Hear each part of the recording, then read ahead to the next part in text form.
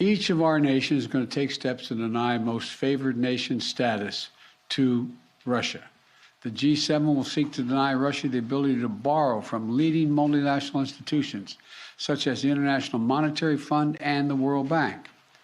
Putin is an aggressor. He is the aggressor, and Putin must pay the price. The president outlining these new economic penalties on Russia today. Congress is also considering here ending trade relations, normal trade relations with Russia. Biden urging G7 countries to deny Russia the ability to borrow any foreign money, as you just heard, plus bans on the imports of Russian goods, including diamonds, seafood, and vodka. It could all come together to deny Moscow at least $1 billion in revenue, and that follows the bans on Russian oil imports earlier this week, plus the international financial squeeze that's hammering oligarchs aligned with Putin and some ordinary Russians. The ruble has plummeted. Lines at ATMs have snaked down sidewalks around buildings in Russia, which is a sign that people know something's up over there. Stores shuttered as some international brands are also getting out of doing business in Russia. All of this may be part of the context of concern inside this country where protests are dangerous to those involved. But people are arguing, some of them out in the streets at their own risk, that they are against Putin's war in Ukraine. We have a very special guest on all of this live right now from the White House. Dileep Singh is Deputy National Security Advisor for International Economics, sometimes referred to as the de facto sanctions czar of the Biden administration. Thank you for joining us at this very busy time for you. Good evening, Ari. I'm a little uncomfortable with being called a czar in the current circumstances, but it's nice to be with you. It's a fair point about the lexicon, and that thus we did read your formal government title, sir. Let me start with the news we heard from the president there. You're the person operating and executing a lot of this. So what is the thrust of these new penalties, and is the long-term goal to completely isolate Russia as an economy? Yeah, you have it right, Ari. Today, we continue to execute our strategy, and that is to methodically revoke the privileges that Russia has enjoyed as a full participant in the global economic order. We started by denying financial capital to Russia. Then it was cutting-edge technology. Then it was currency transactions. Earlier this week, as you mentioned, we cut oil flows to the U.S. And today, we focused on trade and financial support from the leading multinational financial institutions. So look, we are in the process of ejecting Russia from the global economic order. Russia is now on the fast track to its living standards from the 1980s. I don't say any of that with pride or joy. This is among the many tragic consequences from Putin's choices, and specifically his decision to violate the most basic principles of peace and security. His country is now looking down an economic abyss. You lay it out starkly, and a lot of the data economically, internationally backs that up. Of course, there is the home front, and many Americans may look very skeptically at what Putin's doing while also trying to manage their own lives during what has been a tough time. We all know why.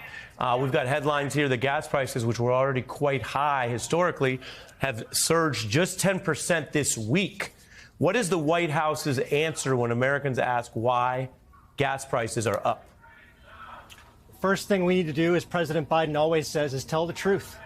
Gas prices have risen $1 a gallon since the start of the year, but that also coincides exactly with Putin's increased aggression on the border of Ukraine.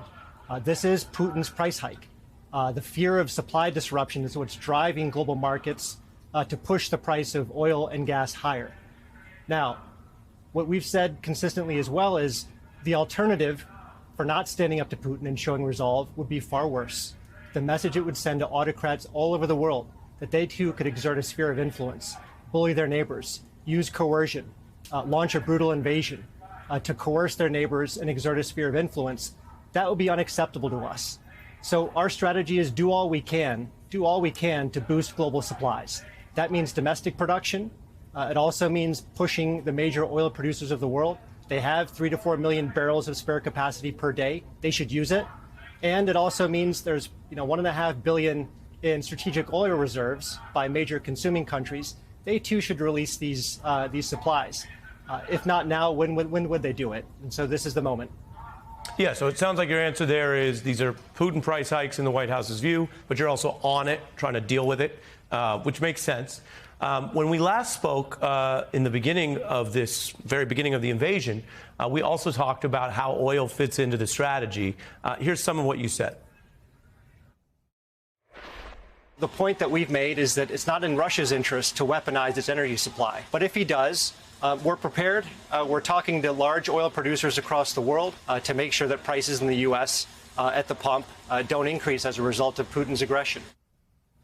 So part of that matches what you were just saying tonight, what you're doing to defray the cost.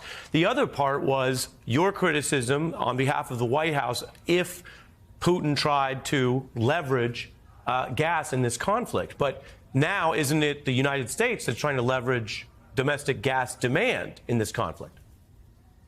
Yeah, it's still a big mistake if Putin tries to weaponize his energy supply to the world. It's oil and gas still represents half of his export revenues, about 40% of his federal budget revenues.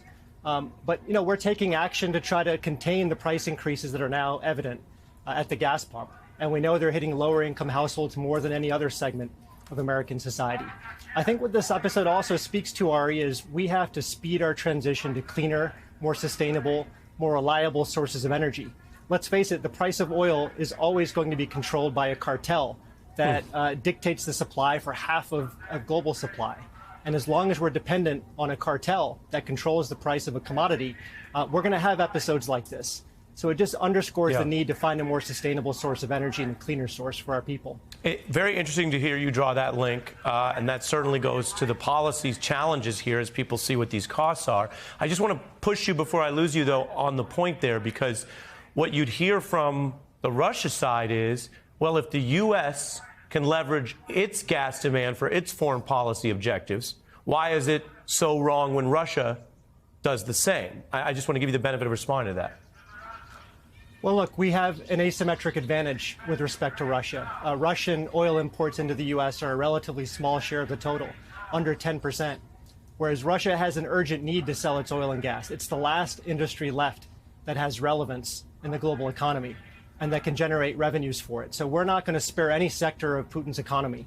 We're going to hit him where it hurts most. Understood. And really good to get you on more than one issue at a very busy time. Dileep Singh, thank you for coming back on the beat, sir. Thanks, Ari.